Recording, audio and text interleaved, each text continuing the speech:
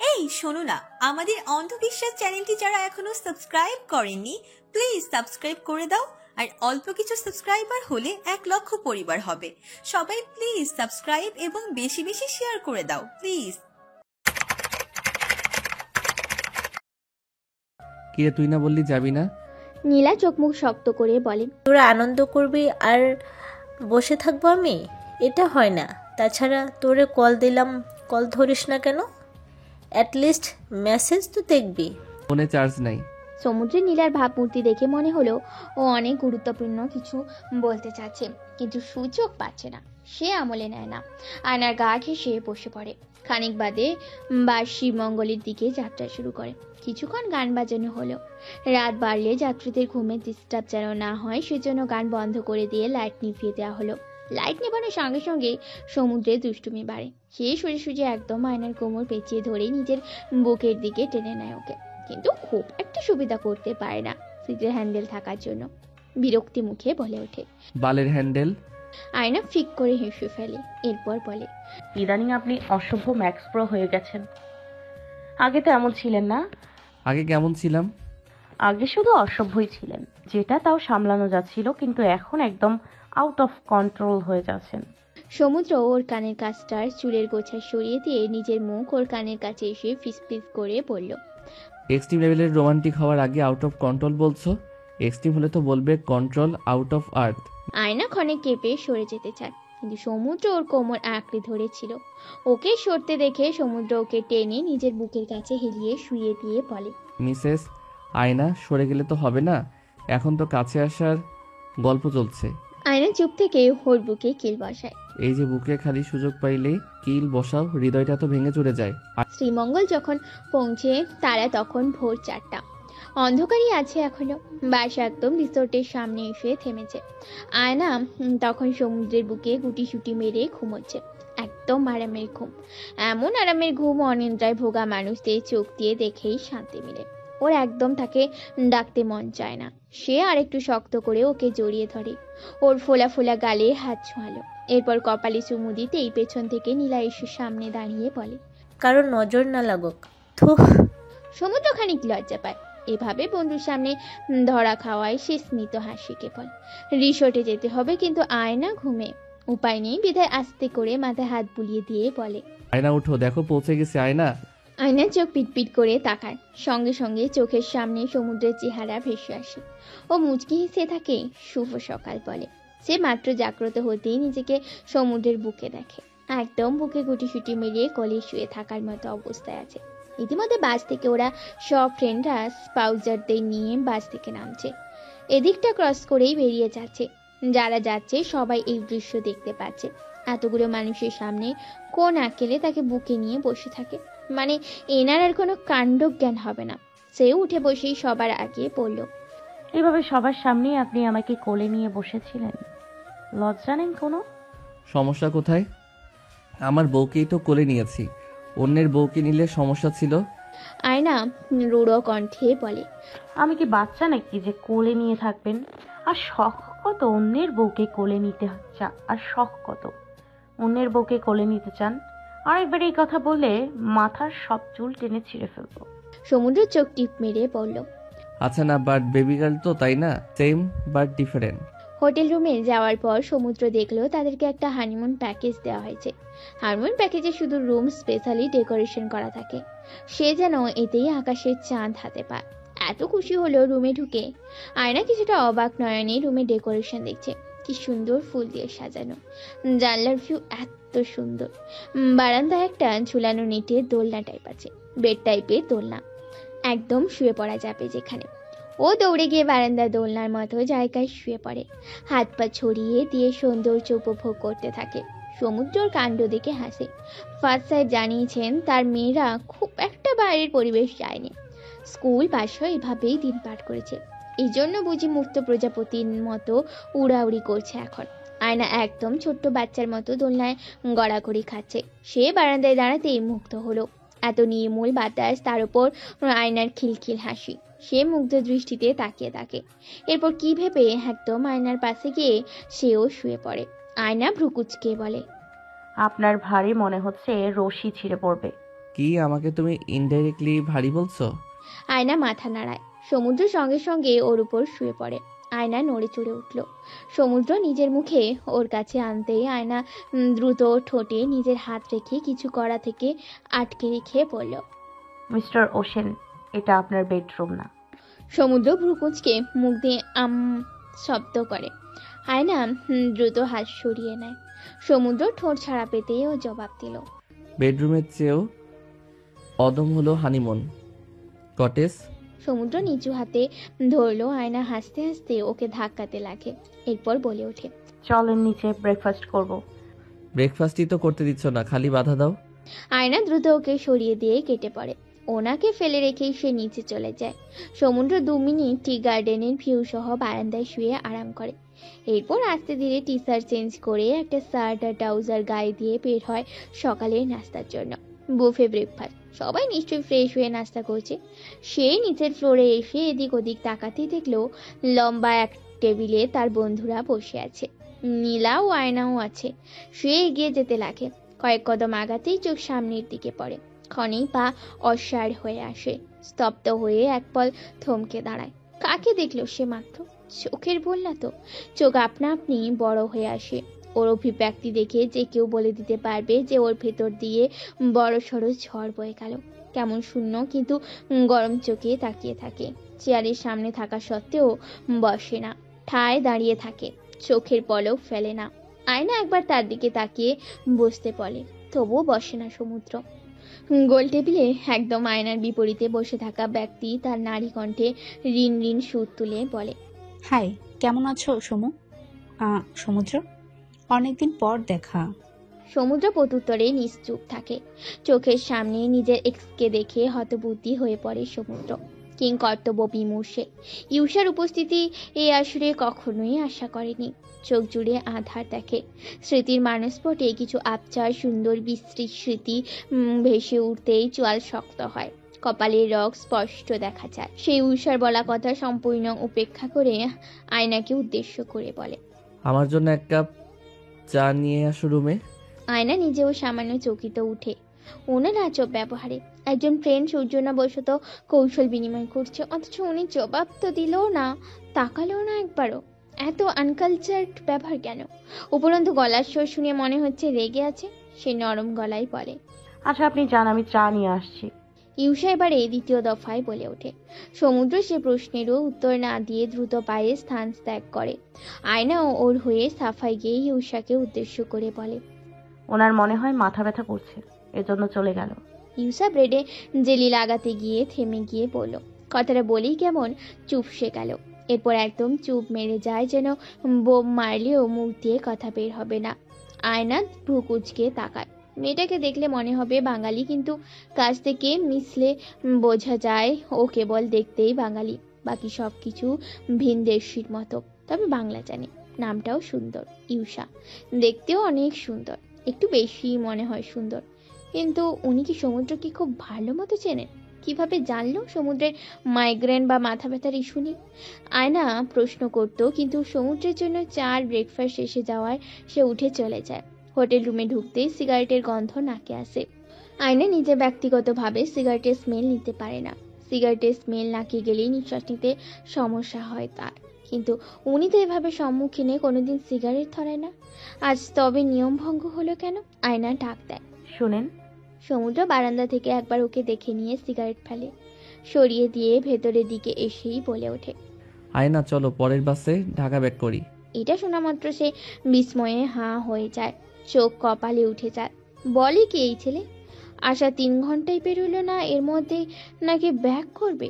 সে বলে, মোটেও না, মাত্র আসলাম, কিছুই তো দেখলাম না। না ঘরেই যাব নাকি? দেখার তেমন কিছু নাই, ওই সবুজ পাতা ছাড়া আর কিছুই নাই দেখার মতো। আয়না তার হাতে খাবারের প্লেট তুলে দিয়ে বলে, খেয়ে আমাকে উদ্ধার করুন। সরি, উদ্ধার করতে পারলাম না তোমাকে, খাচ্ছি না। হুট করে কি হলো আপনার? কেমন আজব ব্যবহার করছেন। এই আপুর সঙ্গেও রুড বিহেভিয়ার করলেন, কি হয়েছে বলুন তো? জার্নি করার জন্য খারাপ লাগছে। এখন খারাপ লাগা শরীর নিয়ে মানুষের সঙ্গে গপ্প করতে হবে, এটাই চাইছো? এটা একবারও চাইনি। সমুদ্র বিরক্তি নিয়ে বিছানায় শুয়ে পড়ে। এরপর চার্জে থাকা ফোন অন করতেই দেখে গতকাল রাতেই নীলা তাকে মেসেজ দিয়েছিল যে ইউসাও আসবে। ওর কমন ফ্রেন্ড শ্রেয়সীর মাধ্যমে এ ট্যুরে ইনভিটেশন পেয়েছে। সমুদ্র ফোন জোরে ফেলে দেয়। আয়না সামান্য চমকে ওঠে। সমুদ্রের শরীর খারাপ লাগছে বাহানা দিয়ে দুপুর অবধি বিছানায় গড়াগড়ি খায়। খাবার অবধি খায় না সে। দুপুরের দিকে নীলা আসে সঙ্গে নুহাকে কোলে নিয়ে। আয়না আজ নুহাকে কোলে নিয়ে খেলতে ব্যস্ত থাকে। এই ফাঁকে দুই বন্ধু বারান্দায় যায়। আয়নার আড়ালে দু একটা কথা বলতে চায়। নীলা ধমকের সুরে বলে, ফোন অফ রাখোস কেন? সমুদ্র বলে, চার্জ ছিল না বাল। ও এখানে দিন এসেছে। আমি কিভাবে বলবো? জানার পর আমি নিজেই শকড। ও তোদের মধ্যে কোনো ঝামেলা করবে না তো? আয়নাকে সব বলে দেয় যদি? এইবারও কোনো ঝামেলা করলে আই উইল কিল হার। আর কি বলবে ও? কোন মুখে বলবে সে? শুনো, তোমার হাজবেন্ডকে আমি চিট করেছি। নট ফানি অ্যাট অল ভাই। আমার ভয় হচ্ছে। তুই নিজ থেকে কেন সত্যটা বলিস না? তখনই আয়নার হাসির শব্দ কানে আসে। নিশ্চয়ই নুহাকে নিয়ে খেলার চলে হাসছে। সমুদ্র ঢোক গিলে অসহায় মুখ করে ছোট্ট করে বলে, কি বলবো বলো? আমি সাহস পাই না। শুধু প্রাক্তন হলেও কথা ছিল, কিন্তু মাতৃসূত্রে ইসরায়েলি। ওকে ভালোবেসে আমি নিজের দেশ, জাতি, পরিবার এক প্রকার ত্যাগ করতে ধরেছিলাম। পিতার কাছে রাজপুত্র, মায়ের অবাধ্য ছেলে, এসব বললে আমাদের রিলেশনে ভয়ঙ্কর প্রভাব পড়ে যাবে। আপাতত আমি মানসিকভাবে এত স্ট্রং নাই। এমনও হতে পারে এসব শুনে আয়না আমার থেকে দূরে সরে পড়লো। পারবো না ওষুধ কালো অতীতের ব্যাখ্যা দিতে। নিজেরই ভয় লাগে। একদিন না একদিন তো বলতেই হবে। বলল খুব শীঘ্রই। দুপুরের পর সমুদ্র আয়নাকে নিয়ে রিসোর্টে ঘুরতে বের হয়। সব মিলিয়ে ওর ক্লান্ত লাগে। সে চেয়ারে গা এলিয়ে বসে, কিন্তু আয়না ছুটে ঘুরে বেড়ায় ছবি তুলে। কোন দিক যাচ্ছে আসছে ওই ভালো জানে। সমুদ্র বসে থেকেই ওকে দেখছে। বেশ খানিকটা সময় অতিবাহিত হয়। ও আনমনে আয়নার অনেকগুলো ছবি তুলে নিজের ফোনে। এমন সময় ইউসার আগমন ঘটে। আজ গুনে গুনে 1 বছর পর দেখা। ও আগের মতোই আছে, একদম চেঞ্জ হয়নি। সমুদ্র সরে যেতে ধরলে উষা পথ আটকায়, বলে ওঠে, চলে যাচ্ছ কেন? সমুদ্র থামে, কিন্তু কিছু বলে না। ইউসাই বলে, কেমন আছো? ভালো, অ্যাকচুয়ালি খুব ভালো আছি, আলহামদুলিল্লাহ। তোমার ওয়াইফের সঙ্গে দেখা হলো, লেকের ধারে বসেছিল। আমিও ওই দিকেই ছিলাম। ও আচ্ছা। বেশ কিছুক্ষণ কথা হলো। সমুদ্র একটু সরে ওর থেকে দূরে পাশাপাশি দাঁড়ায়, যেন একে অপরের চেহারা দেখতে পায়। তবে আয়নার নাম শুনেও নিজ থেকে বলে, আমার ওয়াইফ অনেক সুইট, তাই না? Yes, she is a very sweet girl I have ever seen, but do you love her? সমুদ্র চকিতে উঠে ওর এই প্রশ্নে, তবে খুব সাবধানে বলে ওঠে, তোমার মুখে ভালোবাসা ওয়ার্ডটা মানায় না। তাহলে কার মুখে মানায় তোমার? তুমি নিজেও বিয়ের আগ মুহূর্তে আমায় কল করেছিলে। কেন ফিরতে চাচ্ছিলে যদি এতই লয়াল হও? সমুদ্র সবটা শুনল। ওই দিনের করা সেই একটা ভুল তাকে এভাবেই উষার সামনে অপমানিত করে ছাড়লো। সেই শান্ত স্বরে মাথা ঠান্ডা রেখে শক্তপোক্ত ভাবে বলল, তখনও আমি ওর মায়ায় বাধা পড়িনি, এজন্য আবার গন্ধযুক্ত ডোবায় ঝাঁপাতে চাইছিলাম। জানো তো, পোকারা ভুল করে বারবার জ্বলন্ত আগুনে ঝাঁপ দিয়ে মরে। আমারও ওই অবস্থাই হচ্ছিল। জিজ্ঞেস করলে না যে ওকে ভালোবাসি কি না?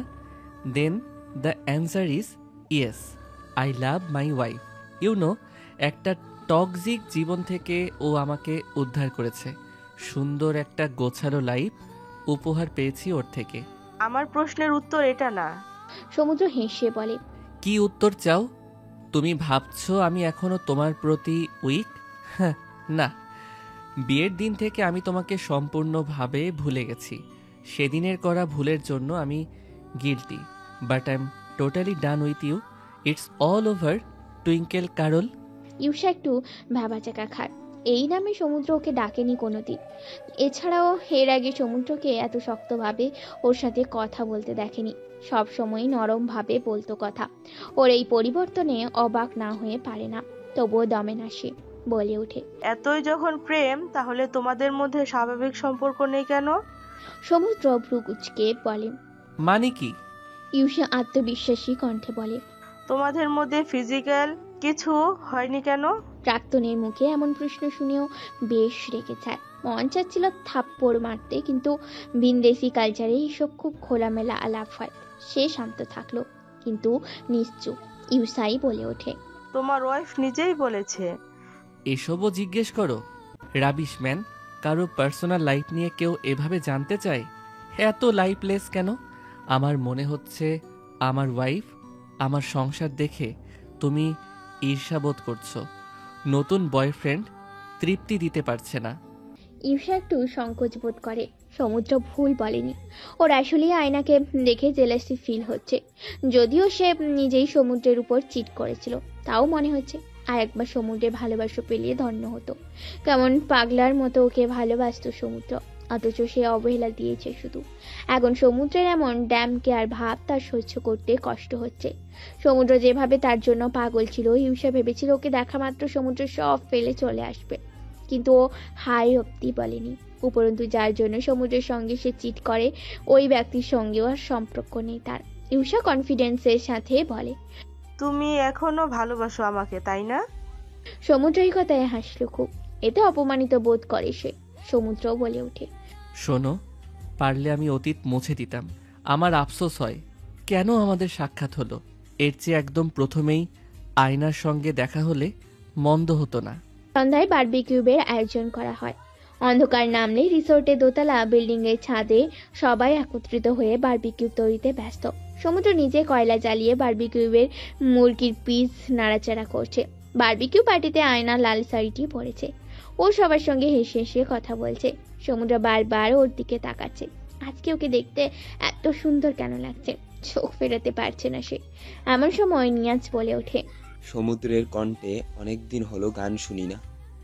সমুদ্র, একটা গান গা, আমাদের এই বারবিকিউ পার্টি পরিপূর্ণ করে দে।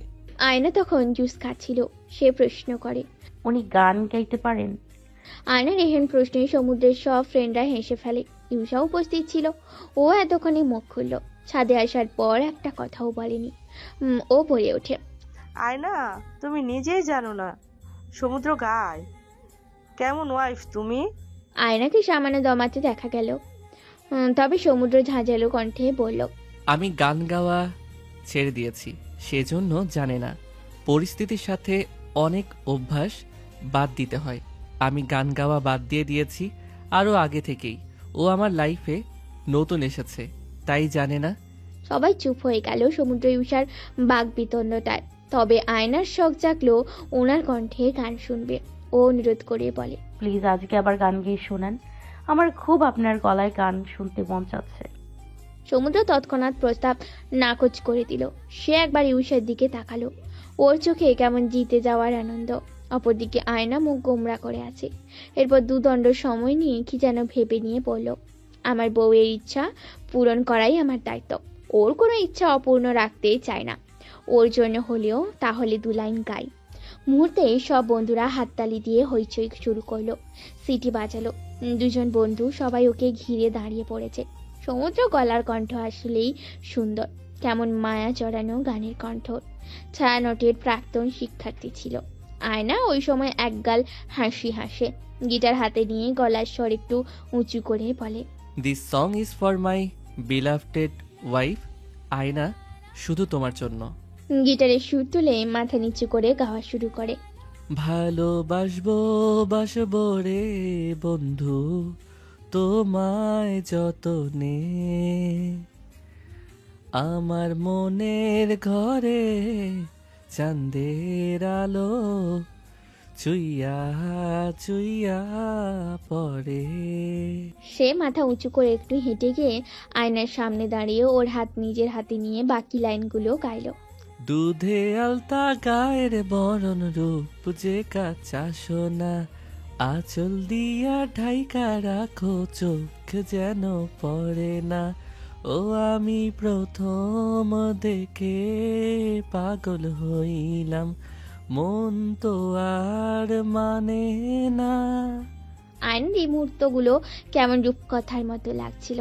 একটা ঘোর কাজ করছিল। মোহময় চোখে সমুদ্র দিকে তাকিয়ে থাকে সর্বক্ষণ। পলক ফেলতে মন চায় না তার। 0.1 ন্যানো সেকেন্ডও এই দৃশ্য মিশ্রিত দিতে ইচ্ছুক না মন। সমুদ্র ওকে একবার ঘুরিয়ে এনে নিজের কাছাকাছি দাঁড় করিয়ে গাইতে থাকে। তোমায় মন দিলাম, সোহাগ দিলাম, নিলাম আপন করে। এরপর কোমরে হাত রেখে একটু কাপাল ডান্স দেওয়ার ভঙ্গিমায় অনেকটা নিকটে অবস্থান করে দুজনে। ওনার পারফিউমের সুঘ্রাণে মাতোয়ারা হতে থাকে আয়না। আয়না ওর হাত আঁকড়ে ধরে, মৃদু আলো ছায়ার ওর কেমন লাগতে থাকে। ওনার শার্ট অপর হাত দিয়ে ধরে ফেলে, যেন ছেড়ে দিলেই উনি চলে যাবে কোথাও। সমুদ্র গান গাওয়া থামিয়ে আস্তে করে বলে, ম্যাডাম, এটা আপনার বেডরুম না, আমি কোনো হানিমুন করতে আসিনি, ছাড়ুন। লোকে দেখলে বলবে মেয়েটার খুব ইয়ে তো। আয়না সঙ্গে সঙ্গে সরে যায়, ভীষণ লজ্জা পায় ও। সমুদ্র আলতো হেসে শেষ 2 লাইন গায়, ভালোবাসবো বাসবো রে বন্ধু, তোমায় যতনে। গান শেষে হওয়ার পর আয়নার ধ্যান ভাঙে সমুদ্র ইউসা বলে ভীষণ জোরে চিৎকারের শব্দে। তবে সমুদ্র থেমেনি, শব্দ করে নাম উচ্চারণ করে থেমেই নি। গিটারটা জোরে করে চড়ে ফেলে দিয়ে ছুটে যায় ছাদের কর্নারে। আয়না সহ সবার দৃষ্টি সেদিকেই গেল। ইউসা ছাদের কর্নারে দাঁড়িয়েছিল, ওর স্কার্পে বারবিকিউবে জ্বলন্ত আগুন লেগে গেছে, কিন্তু ও খেয়াল করেনি। সমুদ্রের নাম ধরে ডাকায় তাকাতেই খেয়ালের হতেই প্যানিক হয়। বলতে গেলে উপস্থিত সবার মধ্যে ভয়ের আভাস ঢুকে যায়। তবে ভাগ্য সহায় ছিল, সমুদ্র সময় মতো ওর কাছে গিয়ে স্কার্প টান মেরে ফেলে দেয়। নিয়াজ কোথা থেকে পানি এনে আগুনে পানি ঢালে। বড় কোনো দুর্ঘটনা হতে বেঁচে যায় ও। পরবর্তীতে পার্টির আমেজে ভাটা পড়ল। সমুদ্র বারবিকিউ স্ট্যান্ডের সামনে আয়নাকে আসতেই দেয়নি, নীলার সঙ্গে ওইদিকে বসায় রাখে। বারবিকিউ বানানোর পর 1 টাইম প্লেটে সার্ভ করা হয়। সেই প্লেট নিয়ে আয়নার কাছে যায়। ওই সময় আবহাওয়া কিঞ্চিত খারাপ হয়, বাতাস বইতে শুরু করে। হু হু বাতাসে গরম প্লেট নিয়ে শাড়ি চুলের উড়াউড়িতে বেশ বিরক্ত হয় আয়না। সমুদ্র তা খেয়াল করে। সে খাবার প্লেট নিজের হাতে তুলে নিয়ে পড়ল, খাও এখন আরাম করে। আয়না খাচ্ছিল, কিন্তু ওর জেদি অবাধ্য চুলগুলো উঠছে। সমুদ্র একটু পরপর চুল সরিয়ে কানের পিছে রাখছিল। এমন সময় ইউসা একবার এদিকটা এসে ওদের দেখে ফিরে চলে যায়। খাওয়ার পর্ব চুকে যেতেই মেয়েরা ক্লান্ত হয়ে সবাই রুমে ফিরে যায়, কিন্তু ছেলেরা বোতল খুলে। আজ অনেক দিন পর সমুদ্রও খোলে। ফ্যামিলির সাথে থাকে জন্য ও খায় না এসব ছাইপাস, কিন্তু আজ ফ্রেন্ডরা ফোর্স করে সকলকেই হালকা টুকটাক পান করে। নিয়াজ বলে ওঠে, কি রে বেটা, আমি তো ভাবছিলাম তুই ভাবির সঙ্গে আটার মতো লেগে থাকবি। তুই এখনো এখানে কি করস? না রাত পার হলে আফসোস করবি তো। ফ্রেন্ডের এমন লাগামহীন কথায় সমুদ্র ধমক দিয়ে বলে, চুপ করো। তাদের আরেক রিয়াদ ফ্রেন্ডও একটু বেশি করে ফেলেছে। ও বলে ওঠে, আমার এই হানিমুনে আমার রুম ছেড়ে বের হইতাম না, আর তুই দেখি গ্রহ আর পৃথিবীর মতো দূরত্ব মেনটেন করছিস। নিয়াজ বলে, সায়ন, হারামি আগেই কইছে তোর ভাই চিকিৎসা দরকার। রিয়াদ ফের বলে ওঠে, দোষ, ভাদ্র মাস আর হানিমুন সিজন 2টা বছরে একবার আসে, জিলে আপনি জিন্দেগা ভাই। নিয়াজ বলে, ভাগনা ভাগ্নি থেকেই অস্ট্রেলিয়া যাই। ওরা সমুদ্রের হানিমুন উপলক্ষে আরেকটা খুলে। এগুলো সব বাহানা। এতক্ষণ সমুদ্র জাস্ট অল্প একটু এক ঢোক গিলেছিল, এবারে ওরা কেউ শুনেনি। অনেকগুলো খাওয়াই দেয়, যার অর্ধেকও মুখ থেকে ফেলে দেয়, তাতেই মাথা টলকাতে থাকে। সবটা খেলে নির্ঘাত মাতাল হতো। হোটেল রুমে আসতে এই ক্যান্ডেল লাইট জ্বালানো দেখলো সে। ফুলের গন্ধে মাতলামি আরও এক স্কেল যে করে হোক বেড়ে যাবে। তার চোখ একজনকে দেখার জন্য তৃষাতুর।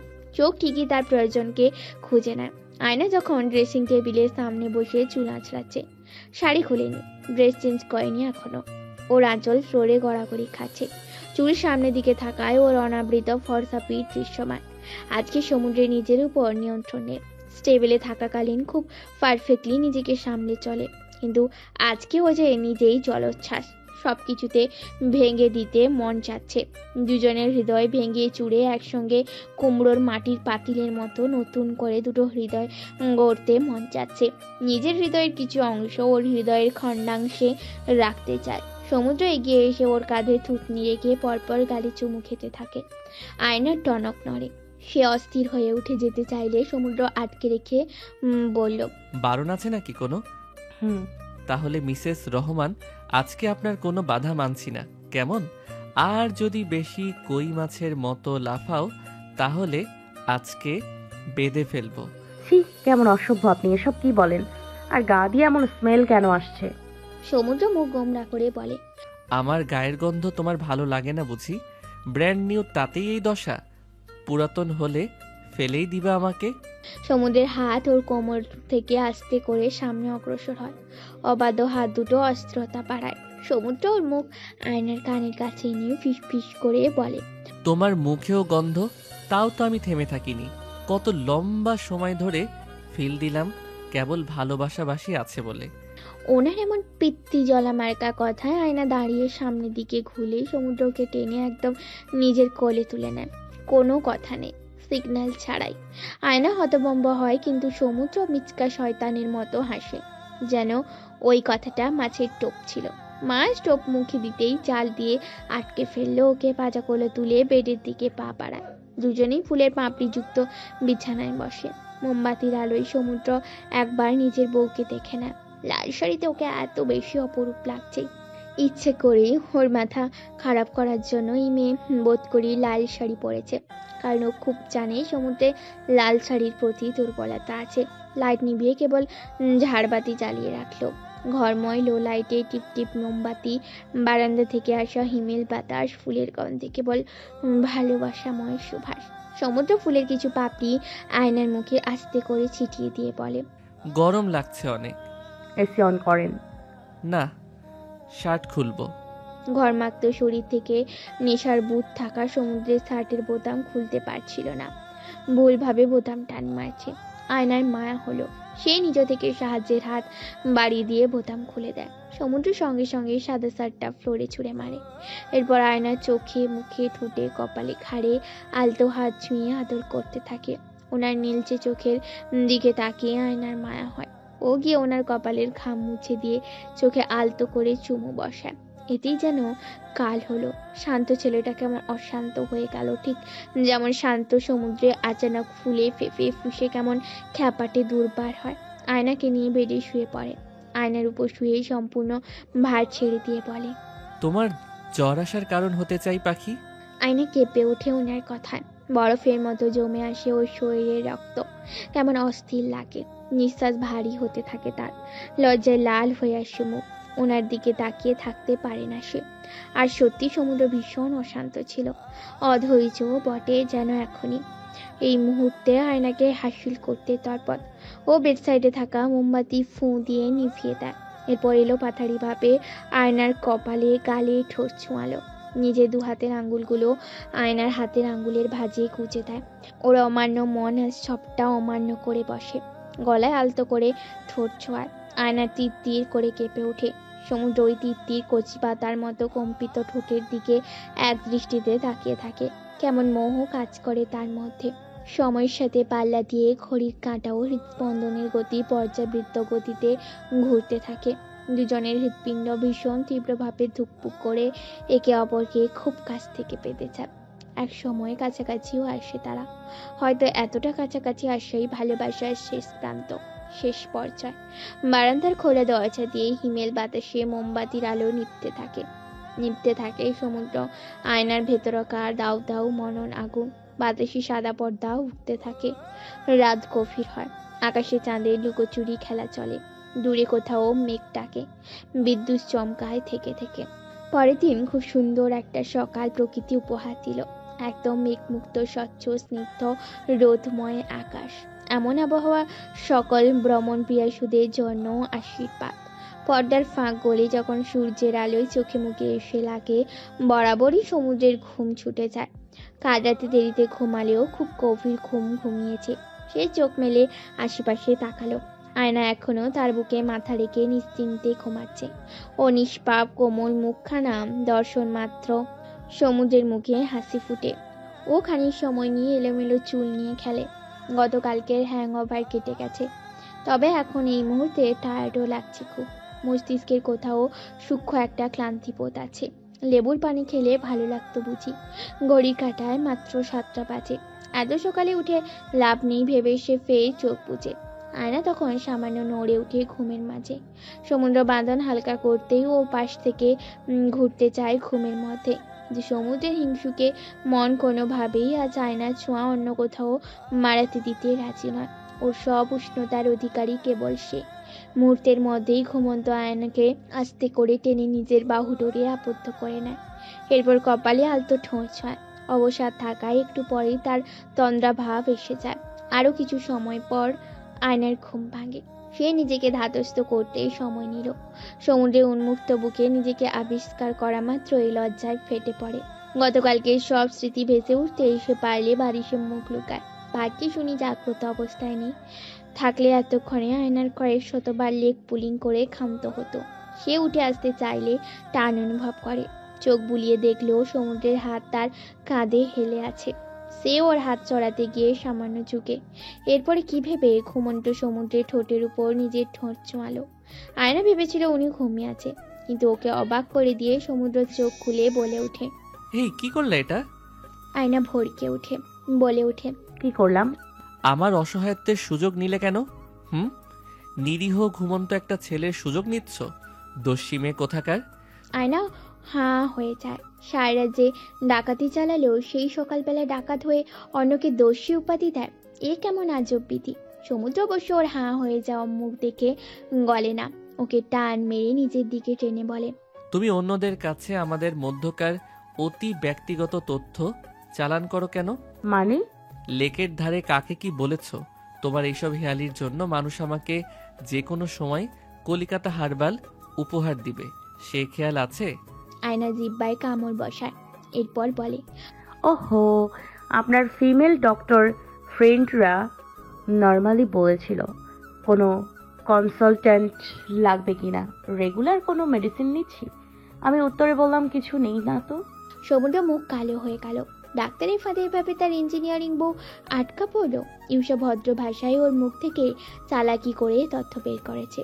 সে আয়নাকে আরো চেপে ধরে বলে, বোকা মেয়ে। আয়না মেকি রাখলে নাক ফুলালো। সঙ্গে সঙ্গে সমুদ্র ও নাক ফুলের উপর প্রগাঢ় অনুভূতি সম্পন্ন চুমু বসিয়ে নরম গলায় বলে, আজ তবে সেই ফিমেল ডক্টরের কাছে গিয়ে কনসালটেন্ট নাও, প্রেসক্রিপশন নিও, কাজে লাগবে। আয়না দ্রুত ওনার বুকে মুখ লুকানো। সমুদ্র শব্দ করে হাসে। ওনার হাসির শব্দ শোনা মাত্র আয়না বুকে কিল বসায়। সমুদ্র জিজ্ঞেস করলো, আমার বুকের সঙ্গে তোমার এত শত্রুতা কিসের? কিছুক্ষণ পর সমুদ্র জিজ্ঞেস করলো, উঠবে না আজ? রাতে ঘুম হয়েছে তো ঠিকঠাক? প্রশ্নটা ইচ্ছে করে ওকে লজ্জা দেওয়ার জন্য করা। পৃথিবীবাসীর অঘোষিত নিয়মই হলো দুর্বলকে আরো ওই দুর্বলতা নিয়ে আঘাত করা। তবে আজ আয়না একদম টানা তেজি গলায় বলে, আপনি আর ঘুমোতে দিলেন কই? এখন দয়া করে সরুন, ঘুমাবো আমি। সমুদ্রের চোখ কপালে উঠে যায়। সে ভাবেও নিয়ে আয়না এমন বেখাপ্পা কথা বলবে। সে বলে, না না, এখন উঠতে হবে, ব্রেকফাস্ট টাইম শেষ হয়ে যাচ্ছে। ব্রেকফাস্ট না করতে গেলে সারা রিসর্টের মানুষ বুঝে যাবে তুমি কাল রাতে ঘুমাওনি। আয়না দ্রুত উঠে পড়ে। সমুদ্র উঠে বলে, যাও 10 মিনিটের মধ্যে ফ্রেশ হয়ে আসো। 10টায় বুফে টাইম শেষ, এখন 9:30 বাজে। 10 মিনিটের মধ্যে কিভাবে ফ্রেশ হব?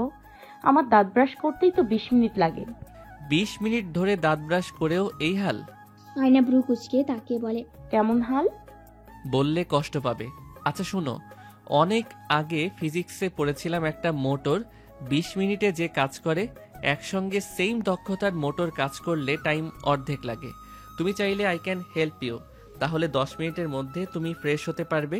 আয়না ওনার কথা শুনেই ঘাবড়ে যায়। পাগল লোক বলে কি? সে এক প্রকার দৌড়ে বাথরুমে ঢুকে একটু পর ফ্রেশ হয়ে বের হয়ে ড্রেসিং টেবিলের সামনে দাঁড়ালো। ভেজা চুল ফ্যানের বাতাসে নড়াচড়া করে শুকনো হওয়ার চেষ্টা করছে। সমুদ্র তখন ফোন স্ক্রোল করছিল। সে আশায় ফোন রেখে একদম ড্রেসিং টেবিলটার দিকে আগায়। দুজনের মধ্যে দূরত্ব কমলো। সে এক দৃষ্টিতে আয়নাকে অবকলন করছে। কমলা সাদা মিশেলের ঘেরা আলা সুতির আনারকলি কুর্তিতে ওকে দারুণ মানাচ্ছে। একদম লিভিং বাটারফ্লাই যেন। ওর ঘোর কাটে আয়নার অভিযোগের সুরে। আয়নার ডান হাতের অনামিকা আঙুল ওর গলার সাইডের লাল হয়ে আসা ক্ষতপ্রাপ্ত স্থানে। ও চোখ মুখ লাল করে বলছিল, আপনি একটা খটস। সমুদ্র ড্রেসিং টেবিল থেকে এগিয়ে এসে নিজের পরনে টি শার্ট খুলে ফেলে। আয়নার চেহারা সে মুহূর্তে দেখার মতো ছিল। ভীষণ ভয়ার্থ চোখে তাকিয়েছিল। তবে সমুদ্র পেছন ঘুরে নিজের পিঠ প্রদর্শন করে। তারপর বলে ওঠে, পিঠের যে অবস্থা করেছো নিশ্চয়ই 2টা সেলাই লাগবে, জঙ্গলি বিল্লি কোথাকার। আয়না লজ্জা পাওয়ার চেহারা নিয়ে জিহ্বায় কামড় বসায়। উন্মুক্ত বুক নিয়ে সামনে ঘুরে সে আয়নার হাতে থাকা সাদা সুতার কাজ করা ওড়নাটা গলার উপর দিয়ে সুন্দর করে পরিয়ে দিয়ে বলে, মাই লিভিং বাটারফ্লাই। আয়নার ওই মুহূর্তটা এত মোহময় লাগে যে মায়া মায়া চোখে ওনার দিকে তাকিয়ে রইল।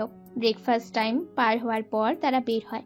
আয়না নিরিবিলি একটা টেবিলে বসে ব্রেকফাস্ট অর্ডার দেয়। সমুদ্র ওর বন্ধুদের কাছে যায়।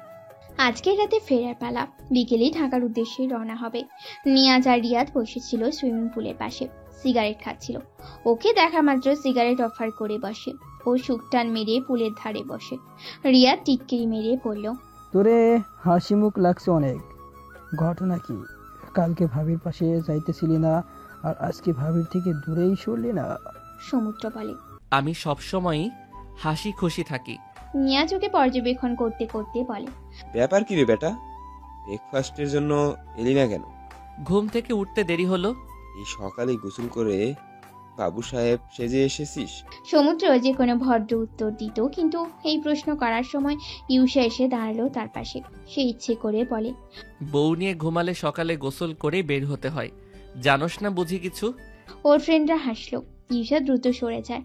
সমুদ্রের কাছে বিয়ে করা উপলক্ষে ট্রিট চাইলো দুপুরে। সমুদ্র সবাইকে চাইনিজ খাওয়াবে বলে ঘোষণা দিল। ইউসা লাউঞ্জের ভেতরে আসতেই দেখে আয়না বসে নাস্তা খাচ্ছে। তাকে দেখে আয়নায় হাত নেড়ে হাই জানায়। সে এগিয়ে যায় আয়নার দিকে। ওকেই খুশি খুশি লাগছে বড্ড। আয়নার চুলও ভেজা। দুজনের মধ্যে দুটো কথা না হতেই ওয়েটার আসে। আয়নাই দেখেছিল। সে দুটো ম্যাঙ্গো জুস অর্ডার দিয়ে ওয়েটারকে বলে, একটা জুস স্যারকে দিয়ে আসবেন। ইউসা তখন বলে, সমুদ্রের জন্য অর্ডার দিচ্ছ? হ্যাঁ। ইউসা সরাসরি ওয়েটারকে বলে ওঠে, স্যারের জন্য তাহলে একটা পাপায়া জুস বানান। ওয়েটার আচ্ছা ম্যাম বলে চলে যায়। ইউসাও কিছু না বলে উঠে পড়ে। খানিক বাদে সমুদ্র জুস খেতে খেতে ফিরে এসে আয়না টেবিলে জুসের গ্লাস দেখে বলে, থ্যাঙ্কস আয়না, আমার প্রিয় জুস খাওয়ানোর জন্য। অনেক দিন পাকা পেঁপের জুস খাই না, মন একদম ভালো হয়ে গেল। সে জুস খেতে খেতে লবিতে বসলো। কিন্তু আয়নার কপালে সরু ভাঁজ দৃশ্যমান হয়। ওই আপু কিভাবে জানলো সমুদ্রের পাপায়া জুস পছন্দ? আলিয়া ফোনে শ্রাবণের সঙ্গে কথা বলছিল। শ্রাবণ উপাস থেকে জিজ্ঞেস করলো, এখনো আপসেট আছো? ও আলিয়ার বাড়ির ঘটনা সব জানে। আলিয়া আনমনা হয়ে বলে, না। তাহলে বের হও, চলো মিট করি কোথাও। না, মুড নাই। অন্য জিএফ বিএফরা কত ডেটে যাচ্ছে, তুমি আসো না কেন? আলিয়া ঝাড়ি মেরে বলল, আমি তোমার গফ না, বুঝছো? না, বুঝিনি। We are not in a relationship. তাহলে কিসে আছি আমরা? সিএনজি শিপে? আলিয়া ওর কৌতুকে হাসলো। এবার বললে, আমরা অনলি জাস্ট ফ্রেন্ড।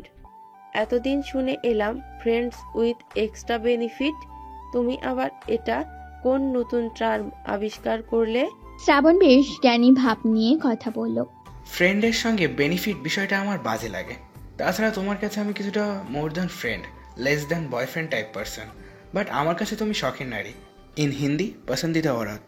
আলিয়ার বেশ মনে ধরল কথাগুলো, কিন্তু ওই সময় বেল বেজে ওঠে। এ অবেলায় কে এলো? সে বলে, বাসায় কেউ এসেছে, রাখি। ফ্রেন্ড উইথ এক্সট্রা কেয়ারকে ইগনোর করা উচিত না। Shut up. আলিয়া গেট খুলতে অবাক হলো। সাইলা চৌধুরী দাঁড়িয়ে আছে, তাও 2 বাক্স মিষ্টির দামি গিফট বক্স নিয়ে। সে হাসি হাসি মুখে ভেতরে এসে বলল, আব্বুর সঙ্গে কথা হয়েছে? না তো। কল দেয়নি তোমায়? খুশির সংবাদ শোনোনি? খুশির সংবাদ শব্দটা কানে বাজল। উদ্ভট এক চিন্তায় তার কপালের ঘাম ছুটতে লাগে। কি হতে পারে সুসংবাদ? ওনার জন্য যা সু, তাদের দুবনির জন্য তা কু। উনি কি প্রেগনেন্ট নাকি? আপা বলেছে বাবা আরো কয়েক মাস আগেই বিয়ে করে ফেলেছিল। আলিয়ার কান্না করার মতো অবস্থা। উনি যদি আসলেই প্রেগনেন্ট হয়, ভার্সিটি গেলে সে মুখ দেখাতে পারবে না। সবাই বলবে আলিয়ার মেয়ের বয়সী বোন। শ্রাবণও হাসবে তার উপর। শায়লা চৌধুরী থেমে নেই। উনি আলিয়াকে ডাইনিং টেবিলে বসিয়ে রান্নাঘর থেকে প্লেটে নিয়ে পুডিং আর মিষ্টি সার্ভ করে খেতে দেয়। তারপর ওদের দাদা দাদি রুমে যায়।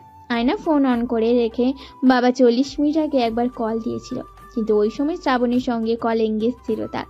সে ঢুকছিল। শায়লা ফিরে এসে দেখলো আলিয়া কিছুই খায়নি। সেও তার বিপরীতে বসে বলে, সুসংবাদ শোনোনি এখনো? আলিয়া ভয়ে ভয়ে বলে, আপনি কি প্রেগনেন্ট আন্টি? শায়লা চমকালো, এরপর হেসে ফেলে। ওই সময় আলিয়ার খুব ইম্বারেসড ফিল হলো। শায়লা চৌধুরী বলে ওঠে, তোমার আব্বুর প্রমোশন হয়েছে। আলিয়া স্বস্তি নিঃশ্বাস ফেলে। শায়লা চৌধুরী বলে, তোমার আব্বু এখন অনেক বড় পজিশনে আছেন, দায়িত্বও বেড়ে গেছে, কাজের চাপও বাড়বে।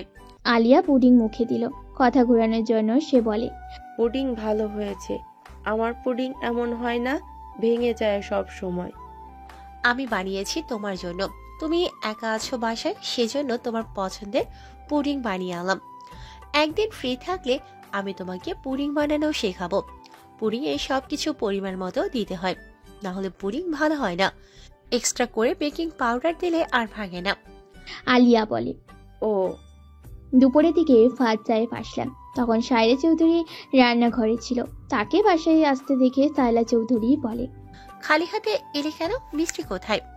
ফাদ সাহেব বলে ওঠে, মিষ্টি আনার কথা একদম খেয়াল ছিল না। এরপর আলিয়াকে উদ্দেশ্য করে বলে, মা, তোমার আপার সঙ্গে কথা হয়েছে? ওরা কেউ ফোন ধরছে না। না আব্বু। দুপুরে রিসোর্টের কর্মচারী সহ ওদের সঙ্গে আসার সব ফ্রেন্ডদের সমুদ্র চাইনিজ খাওয়ায়। ইউসাও এসেছিল, কিন্তু একটু পরও চলে যায়।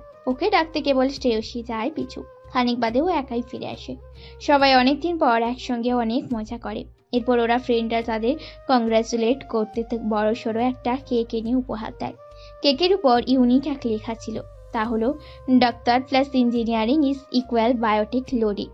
সমুদ্র তার বন্ধুদের বুদ্ধি প্রশংসা করতে বাধ্য হলো। কেক কেটে সমুদ্র সবার আগে আয়নাকে খাওয়ানোর এক ফাঁকে বলে ওঠে, তারপর বায়োটেকের আম্মু, আমার পুচকে বায়োটেক কবে আসছে?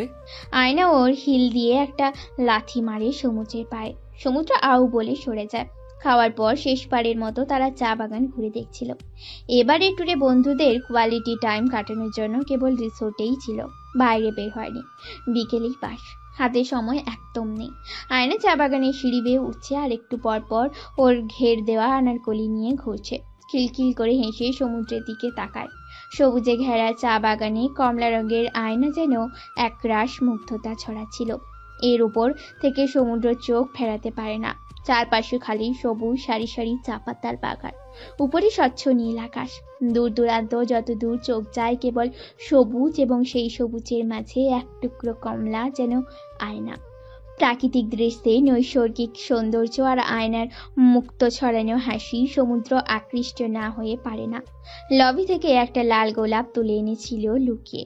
সে আয়নার হাত টান মেরে একটু এগিয়ে গিয়ে বিনা অনুমতি নিয়ে ওর কানে গোলাপ গুজে দিয়ে বলে, তোমার কানে গোলাপ মানাই ভালো। কিভাবে জানলেন? মেয়েটার প্রশ্ন করার স্বভাব ভালো লাগে না তার।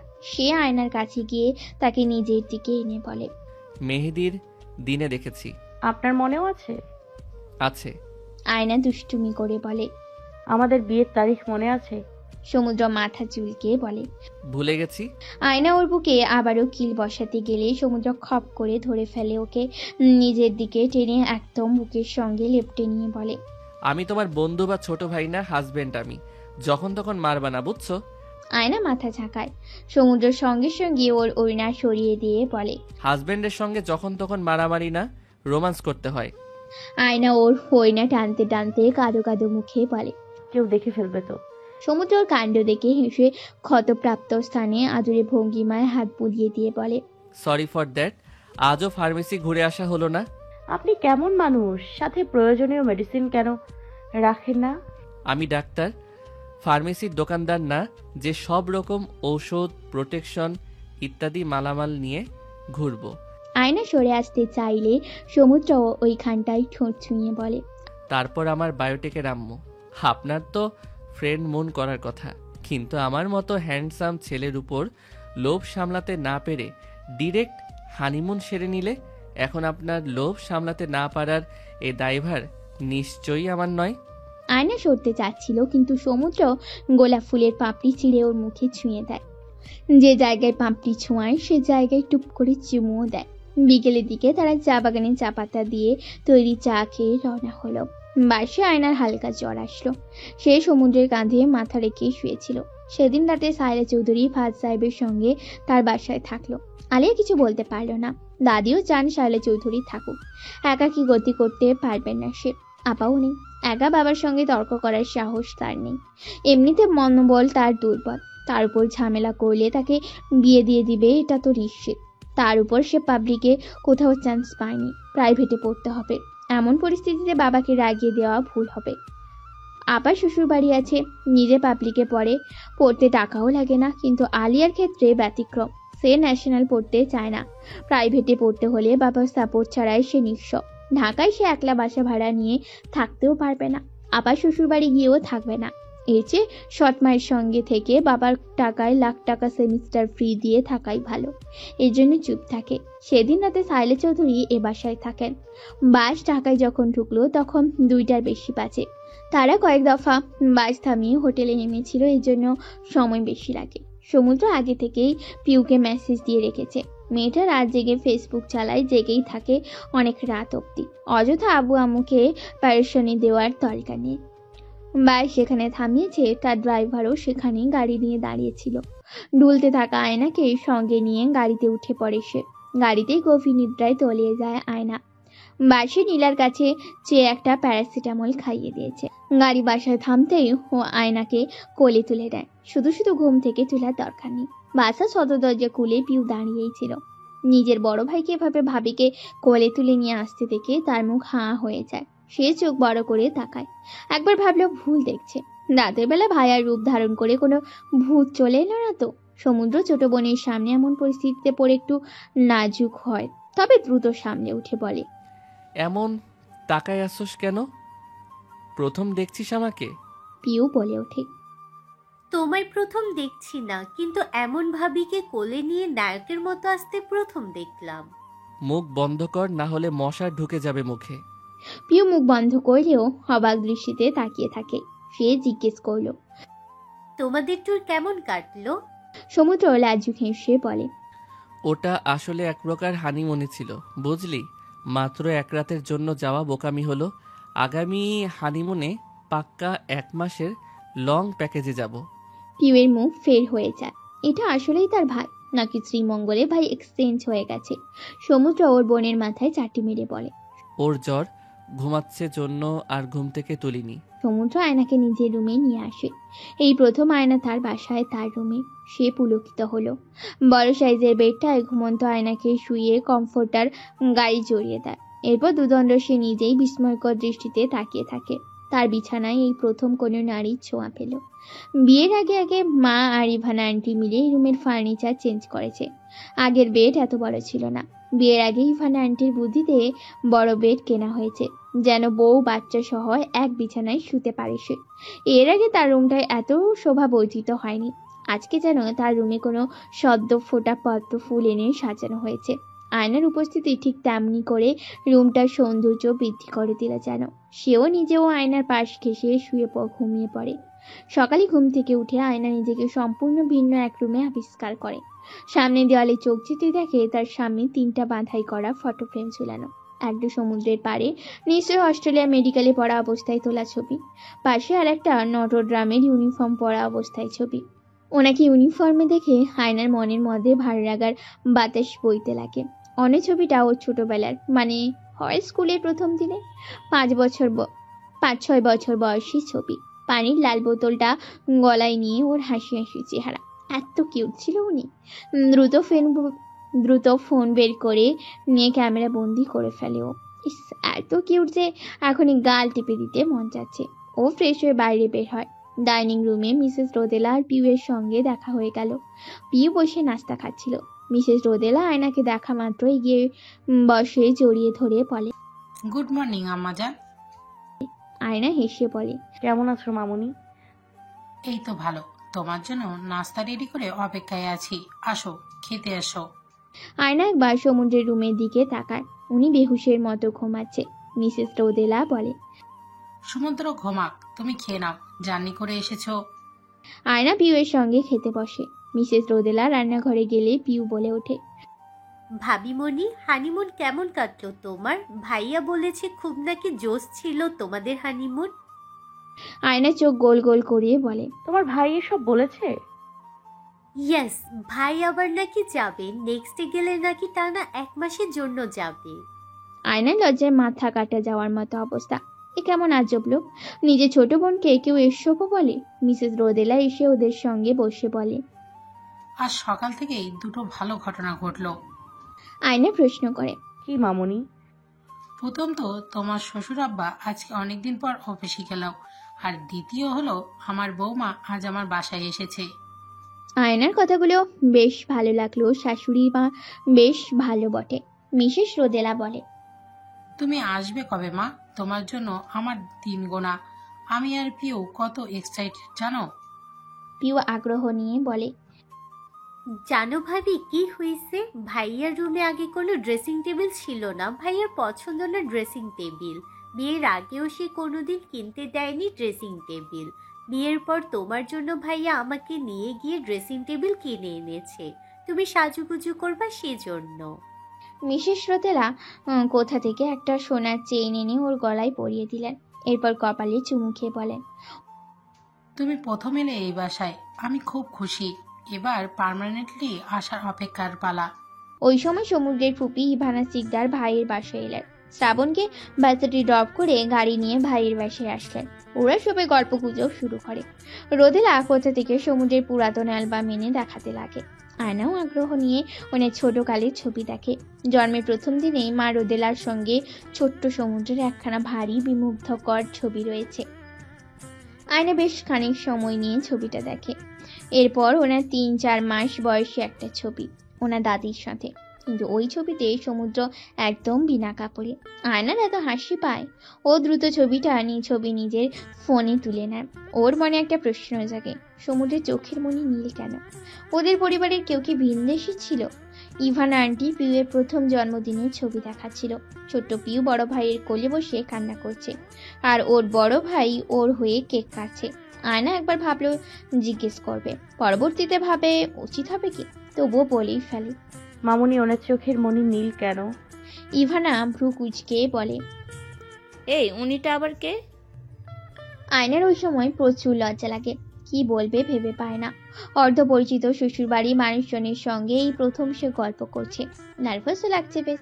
মিসেস রোদেলা বলে ওঠে, সমুদ্রের আব্বুর দাদা ব্রিটিশ আমলের এক ব্রিটিশ মহিলাকে বিয়ে করেছিল। ও সুন্দরী মহিলার চোখ নীল ছিল, কিন্তু মহিলার ছেলে মেয়ে আবার নীল চোখ হয়নি। এমনকি তোমার শ্বশুর আব্বারও প্রজন্মে কারোর নীলমণি নাই, শুধু আমার সমুদ্রের নীল চোখের মণি হলো 3 জন্ম পর। ইভানা আন্টি বলে ওঠে, এবার দেখার পালা প্রজন্মে কি ঘটে। সমুদ্রের ছানা ফোনাদের চোখের মনির রং কি হয়, এবার সেটাই দেখার অপেক্ষায় আছি। রোদেলা আর ইভানা হাসলেন খুব। আয়না উঠে সমুদ্রের রুমের পা পাড়ায়। উনি এখনো ঘুমে, 2 রাত ঠিক মতো ঘুমায়নি, বিধায় এখন বেহুশের মতো ঘুমাচ্ছে। আয়না আস্তে করে ওনার মাথায় চুলে হাত বুলিয়ে দিয়ে ঘুমন্ত সমুদ্রের দিকে তাকিয়ে বলে, ভালোবাসি মিস্টার অসেনা। সমুদ্রের ঘুমের এক চুলও ডিস্টার্ব হয় না। আয়না ওর কপালে একটা চুমু দিয়ে বলে, আসি তাহলে। আয়নাকে ওদের বাসায় থাকার জন্য রোদেলা ইভানা অনেক বলেছিল, কিন্তু আয়না থাকেনি, ফিরে যায় ওর বাসার পথে। ওদের বাসার ড্রাইভার নামিয়ে দিতে যায়। সমুদ্রের ঘুম যখন ভাঙে তখন অলমোস্ট দুপুর 1টা বাজে। সে তড়িঘড়ি করে উঠে আয়নাকে খুঁজতে থাকে। বেড থেকে উঠতেই ড্রেসিং টেবিলের আয়নার উপর একটা স্টিকি নোট আটকে রাখা। সে উৎসুক হয়ে নোটটা খুলে নেয়। নোটে লেখা ছিল, আপনাকে ঘুমন্ত অবস্থায় খুব কিউট লাগে তো মিস্টার আসেন। জীবনে প্রথম এমন কমপ্লিমেন্ট পেল সমুদ্র। এতকাল যাবৎ তাকেই প্রশংসা করতে হতো, আজ নিজে এমন সুন্দর প্রশংসা পায়। কিন্তু আয়না কোথায়? সে ফোন হাতে নেয়। আয়নার মেসেঞ্জার থেকে একটা ছবি পাঠানো হয়েছে। সেই ছবিটা দেখা মাত্র চোখ কপালে উঠে যায়। তার ছোট্টবেলায় একটা বিনা জামা কাপড় পরার ছবি। এই ছবিও কোথায় পেল? হায় খোদা, ওর সব সম্মান ধুলোয় মিশে গেল। আবার টেক্সটও দিয়েছে, আপনাকে খুব কিউট লাগছে। কিউট বাবু। সে দ্রুত কল লাগায়। আয়না রিসিভ করে বলে, আপনি ছোটবেলা থেকেই কিউট। তোমারই ভাগ্য আমাকে ছোট বড় অবস্থায় বিনা কাপড়ে দেখলে। You very lucky. মুখ সামলে কথা বলুন। কই তুমি? বাসায় যাচ্ছি। মুহূর্তের মধ্যে সমুদ্রের হাসি মুখ ফোটা বেলুনের মতো চুপসে গেল। ঘরও মনময় একটা শূন্যতা কাজ করে।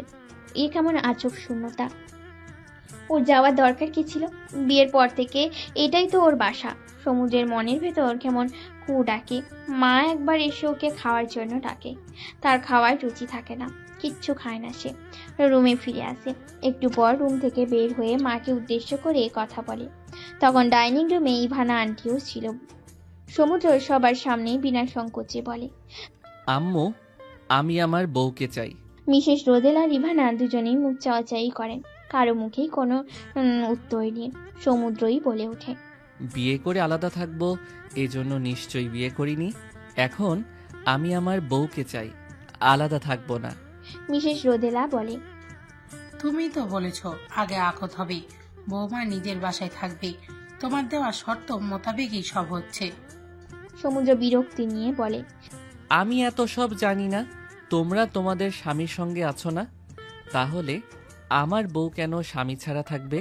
আম্মু, 7 দিনের মধ্যে আমি আমার বউকে এই বাসায় চাই, ব্যাস। বাকি সব কিছু জানি না।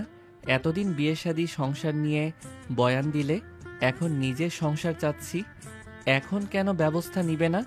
ছেলে চিৎকার চেঁচামেচিতে অতিষ্ঠ হয়ে রোদেলা বলে, কেমন অসভ্য ছেলে, মায়ের সামনে এসব কেউ মুখে আনে? ভুল কি বললাম? বিয়ে করেছি, বউয়ের সঙ্গে থাকবো। তুমি 7 দিনের মধ্যে আয়োজন করো বউ ঘরে তোলার। ফাহাদ সাহেবের সঙ্গে কথা বলবো। তখন ইভানা আন্টি বলে, তার চেয়ে বরং সাহেলার সঙ্গে কথা বলো ভাবি, ওর সাথে কথা বললেই কাজ হবে। আমার মনে হয় ওই বাসার সব নিয়ন্ত্রণ সাহেলার নিজ হাতে নিয়ে নিয়েছে। সমুদ্র না খেয়েই চলে যায়। ছেলেকে পিছু রেখে বলে, খেয়ে নে অ্যাটলিস্ট। বউ আসুক, তারপর খাবো। এর মধ্যে আর খাবি না? কিছুটা এমনই। 7 দিনের মধ্যে কিভাবে সম্ভব? তাছাড়া আয়নার সেমিস্টার ফাইনাল, পড়াশুনোও আছে। আমি কি বাচ্চা নাকি যে ও পড়তে বসলে কান্না করব, মুতে দিব, বই খাতা ছিঁড়ব? এ বাসায় এসে পড়ে ফাইনালস দিবে ও। মিসেস রোদেলা অনেক বোঝানোর চেষ্টা করে সমুদ্রকে, কিন্তু ছেলে তার বেঁকে বসেছে। 7 দিনের মধ্যে কোনো অনুষ্ঠান প্রোগ্রাম ছাড়াই নর্মাল ভাবে আয়নাকে বাসায় আনবে। ছেলে জেদের সঙ্গে পারেন না সে এবার। এমন জেদের কারণে কি তাও বুঝে পান না। অবশ্যই ইভানা বলে ওঠে, ভাবি, আমাদের পরিবারের ছেলেগুলো একটু স্বভাবগতই বউ পাগল। তোমার ছেলে একটু বেশি বউয়ের জন্য কাতর। একসঙ্গে থেকেছে, এখন দূরে থাকবে ভেবে বীর হয়ে কাতর। আয়না যখন বাড়ি পৌঁছে তখন দরজা শায়লাই খোলে। তা দেখে বিস্মিত ক্ষুব্ধ হয় আয়না। সে আন্দাজ করে শায়লা চৌধুরী নিশ্চয়ই এ বাসায় থাকছেন। তার আন্দাজই সঠিক হলো। শায়লা চৌধুরী নিজে থেকে বলতে লাগে, আমার ও বাসায় একা একা ভালো লাগে না। মেয়ে দুটোকে নিয়ে শ্বশুর শাশুড়ি নিয়ে থাকতে চাই, পরিবারের জন্য মন খারাপ হয়। আয়না রাগী গলায় বলে, ও সব কিছু না, আপনি বাবার সঙ্গে থাকতে চান, এটাই আসল। আমাদের মোটেও পছন্দ করেন না আপনি। ঝগড়ার সূত্রপাত এখান থেকে। অবশ্য শায়লা চৌধুরী ঠান্ডা মাথায় সব সামলাতে চান। দাদি এসেও আয়নাকে চুপ থাকতে বলে, কিন্তু শেষে আয়না একদম ঝগড়ার শেষ মুহূর্তে বলে, I hate you Shaila Chowdhury. আপনি আমার বাবাকে আমার থেকে আলাদা করে ফেলেছেন, কোনোদিনও ক্ষমা করব না আপনাকে। শায়লা চৌধুরী এসব কটাক্ষের তোপে এক পর্যায়ে কেঁদে ফেলেন। উনি শুধু বলেন, আমি সারাটা জীবন একাই কাটালাম, পরিবারহীন। আমি কি সুখে থাকার আশা রাখতে পারি না? আলিয়া অবশ্য চুপই থাকে, আবার সঙ্গে তাল মেলায় না আজ। তবে আয়না ওনার ইমোশনাল কথায় গলে না। বাবা না থাকায় ও আরো শক্ত অবস্থান নিয়ে বলে, আপনি এ বাসায় থাকবেন না, চলে যান প্লিজ, এটা আমার বাসা। এটা তোমার আব্বুর বাসা। তুমি যেমন ওনার মেয়ে, আমিও তার স্ত্রী। আয়ু, আগে ছোট ছিলে, ছেলে মানুষই মানাতো, কিন্তু এখন এত ম্যাচুরিটি আসার পরও এসব বিহেভিয়ার মানায় না। আয়না নিজের রুমে দরজা লাগিয়ে দেয়। শায়লা চৌধুরী নিজের জন্য 1 কাপ চা নিয়ে বারান্দায় বসে। তখনই তার ফোনে রোদেলার ফোন আসে। সে রিসিভ করতেই রোদেলা অনুরোধের সুরে আয়নাকে ওদের ঘরে তুলে নিতে চাইল। সমুদ্রের ব্যাকুলতার কথাও জানালো। শায়লা প্রতিশ্রুতি দিল খুব শীঘ্রই আয়নার শ্বশুর বাড়ি যাবে। ফাজ সাহেব সন্ধ্যায় বাসায় ফিরলে শায়লা সব জানায়। এটাও জানায় আয়না চায় না সে বাসায় থাকুক। দুজন মিলে সিদ্ধান্ত নিল সমুদ্রের ইচ্ছা অনুযায়ী আয়নাকে তুলে দিবে বড় অনুষ্ঠান করে। আয়নার কান অব্দি এ কথা চায়। সে শুধু বাবাকে একটাই কথা বলে, আমি এখন তোমাদের কাছে বিষের কাঁটা, তাই না? ঠিক আছে, চলে যাবো এই বাসা থেকে। আয়না যে কথাগুলো কতটা অভিমান নিয়ে বলে তাকে উপলব্ধি করতে পারে না। সেদিন রাত 12টার পর সমুদ্রকে কল করে বলে, আয়না, তুমি আসতে না চাইলে আমি তোমাকে তুলে নিয়ে আসবো, বুঝেছো? আয়না ভ্রু কুচকে জিজ্ঞেস করলো, আপনি আচানক এত ব্যস্ত হলেন কেন? মনে কু ডাকছে। সমুদ্র ফোন রেখে অতীতের ভাবনায় ডুব দেয়। ইউসা যে ইহুদি এটা সে প্রথমে জানতো না। ইউষা ছোট থেকে আমেরিকা থাকতো মায়ের সঙ্গে। বাবার সঙ্গে কোনো যোগাযোগ ছিল না ওর। ও জানতো ওর বাবা ওকে একদম ভালোবাসে না, সেকেন্ড ম্যারেজ করেছে। ওর মার একবার বিয়ে করে সেদিন ওকে সত্য বলা হয়। ওর বাবা আসলে মানসিকভাবে বিকারগ্রস্ত হন কোনো এক কারণে। অস্ট্রেলিয়া থাকাকালীন মারা গেলেন। ওর বাবার ইতিহাস শুনে সমুদ্র নিচে হতভম্ব হন। ভদ্রলোক বাংলাদেশি, রাজশাহী ইউনিভার্সিটির ছাত্র ছিল। 90 দশকে পিএইচডি করতে আমেরিকা যান। ওই সময় ইউষার মার সঙ্গে দেখা। ভদ্রলোক বিয়ে করেন ইউষার মাকে। ইউষা যখন হয় তখন নাকি ওর নাম ওর বাবাই ইউষা রাখে। কিন্তু ইউষা 2 বছর বয়সে উনি জানতে পারেন তার স্ত্রী তাকে প্রতারণা করেছে। মানসিকভাবে ভেঙে পড়েন। একসময় পিএইচডি করতে আসা জ্ঞানী মানুষটা পাগল হয়ে যায়। বোনের কাছে অস্ট্রেলিয়ায় চিকিৎসারত অবস্থায় মারা যায়। ইউষা এসব ওর মায়ের বিয়ের পর জানে। তারপর 18 বছর হলে বাবার স্মৃতিচরণ করে অস্ট্রেলিয়া মেডিকেলে পড়তে আসে। ও সার্টিফিকেট নেম টুইঙ্কেল হলেও মেডিকেলেও ইউষা নামে নিজের পরিচয় দেয়। সমুদ্র যেদিন প্রথম ইউষাকে দেখে, এক দেখায় প্রেমে পড়ে যায়। ক্লাসের সবচেয়ে সুন্দরী মেয়ে ছিল, তাও বাঙালি চেহারা। প্রথম দিকে ইউষা ওকে পাত্তা দিত না। পরে যখন টানা কয়েকটা পরীক্ষায় সমুদ্র সবচেয়ে ভালো করে, সেদিন থেকে নিজে থেকে সমুদ্রের সঙ্গে কথা বলে পড়াশোনার বিষয় এভাবে আগাতে থাকে। 3rd ইয়ারের শুরুতে জানতে পারে ও ইহুদি। বাসায় জানাজানি হলে বাবা ঘোষণা দেয় এই মেয়ের থেকে দূরে সরে আসতে, কিন্তু সে পারে না ইউষাকে ভুলতে। বাবার সঙ্গে সম্পর্ক এক প্রকার শেষ করেও ইউষার সঙ্গে সম্পর্ক রাখে। আস্তে আস্তে ওর রেজাল্ট খারাপ হতো, আগের মতো ভালো রেজাল্ট আসতো না। ইউষাই সবসময় প্রথম হতো। এসব কখনোই আমলেই নেয়নি সমুদ্র। ইন্টার্ন করার সময় ওদের এক ইয়ং প্রফেসরের সঙ্গে ইউষা সম্পর্কে জড়িয়ে চিট করে। সমুদ্র মানতে পারে না। সমুদ্র ভেঙে পড়ে একদম। ইউষার হাত পাও ধরে, কিন্তু ততদিনে ইউষা দূরে সরে গেছে। সমুদ্র এক প্রকার মেডিকেল যাওয়া ছেড়ে দেয়। ওই সময় শায়লা চৌধুরী অস্ট্রেলিয়া ভাইয়ের বাড়ি আসেন। সমুদ্রের এই অবস্থা দেখে অবাক হন। রোদেলাকে জানান। রোদেলা সব শুনে সিদ্ধান্ত নেয় অস্ট্রেলিয়া আসবে সমুদ্রের কাছে। তার আগে সমুদ্র সুইসাইড অ্যাটেম্প্ট করে। ওই দিন শায়লা আন্টি না থাকলে আজ নতুন জীবন পেত না সমুদ্র। আন্টি ওই সময় ওর অনেক যত্ন নিয়েছে, একদম নিজের ছেলের মতো। সাইকিয়াট্রিস্ট ও দেখান। এরপর ওর মা আসার পর সব প্রতিকূলতার সঙ্গে লড়াই করে ইন্টার্ন শেষ করে ও দেশে ফিরে ইউষাকে খুব অদ্ভুতভাবে দুর্বল করে রেখেছিল। সমুদ্রে ওকে ছাড়া কিছুই বুঝতো না, সম্পূর্ণ আন্ডার কন্ট্রোল ছিল সে। নীলা তো এসব শুনে বলেছে, মা মেয়ে জ্ঞানী মানুষদের ফাঁসিয়ে ইচ্ছে করে পাগল বানানোর পায়তারা করে। ওর বাবা মাও একসাথে পিএইচডি করেছিল। ওর মা ঠিকই পরে ডক্টরেট ডিগ্রি পান, কিন্তু ওর বাবা মানসিকভাবে ভারসাম্যহীন হয়ে পড়ে। ইসরায়েলিরা নাকি নিজেদের চেয়ে জ্ঞানীদের সহ্য করতে পারেন না। সমুদ্রের মনে ভীষণ কুটাকে। আয়নার সঙ্গে সম্পর্ক ভালো হবে তো তাদের মধ্যে কি বিচ্ছেদ আসবে কোনদিন? মনের মধ্যে কুৎসিত এক কোকিল কুটাকে। কোকিল খুব যত্ন করে কুটাচ্ছিল, যেন বেদনার ঋতু সন্নিকটে। এই জন্য 4 দিনের মাথায় ঘরোয়া প্রোগ্রাম করে আয়নাকে নিজের বাসায় আনে। ঘরোয়া অনুষ্ঠানে অফিসের মানুষজনও ছিল। সমুদ্রের অফিসের পক্ষের মানুষজন আয়নাকে শায়লার সৎ মেয়ে হিসেবেই চেনে। ওই দিন লাল বেনারসি পরে আয়না নিজের শ্বশুর বাড়ি পা রাখে। সমুদ্র কোলে তুলে ওকে নিজের সাজানো ঘরে নিয়ে যায়। সময় ও নদীর স্রোত কারোর জন্য অপেক্ষায় থাকে না, বড় নির্মম কিংবা প্রকৃতির আশীর্বাদ যেন এই বিধি। সময় কিভাবে জানি অতিবাহিত হয়ে যায়। অস্থির ঘড়ির কাঁটা যেন মৃত্যুর আগ অব্দি বিশ্রাম নেওয়ার অনুমতি নেই। যতক্ষণ শ্বাস আছে ওটা সেকেন্ডের কাঁটা পেরিয়ে মিনিট পার হয়ে ঘন্টায় গিয়ে ঠেকে। ঘন্টা থেকে দিন, দিন থেকে পার হয় মাস। চোখের পলকে কিংবা রয়ে সয়েই 3টে মাস পার হয়ে গেল। আয়না জীবনে অবশ্য এখনো বসন্ত আসা বাকি, কেবল শরৎ চলছিল। হিমেল ঠান্ডা বাতাস, কিন্তু কোথায় জানি একটা শুষ্কতার আভাস। সেদিন রবিবার ছিল। আয়নার ক্লাস ক্যান্সেল হয়ে গেছে। ও আলসে ভঙ্গিতে বিছানায় শুয়ে থাকে। উঠতে মন চাচ্ছিল না তার। তবে সমুদ্রে তার মতো অলসতা নেই।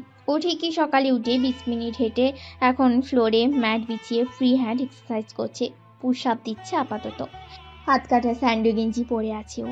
ওর উন্মুখ পিঠ দর্শন হতেই চোখ সরিয়ে নেয় আয়না। পরবর্তীতে ফের তাকায় ওর পানে। ঘেমে গেছে একদম, নিশ্চয় এখন গোসলে যাবে। হলেও তাই শেষ পুশ আপ দিয়ে উঠে দাঁড়ালো। সাইড টেবিল থেকে পানি পান করে আয়নার দিকে তাকায় এবং বলে, ওই অলস মেয়ে আর কত ঘুমাবা?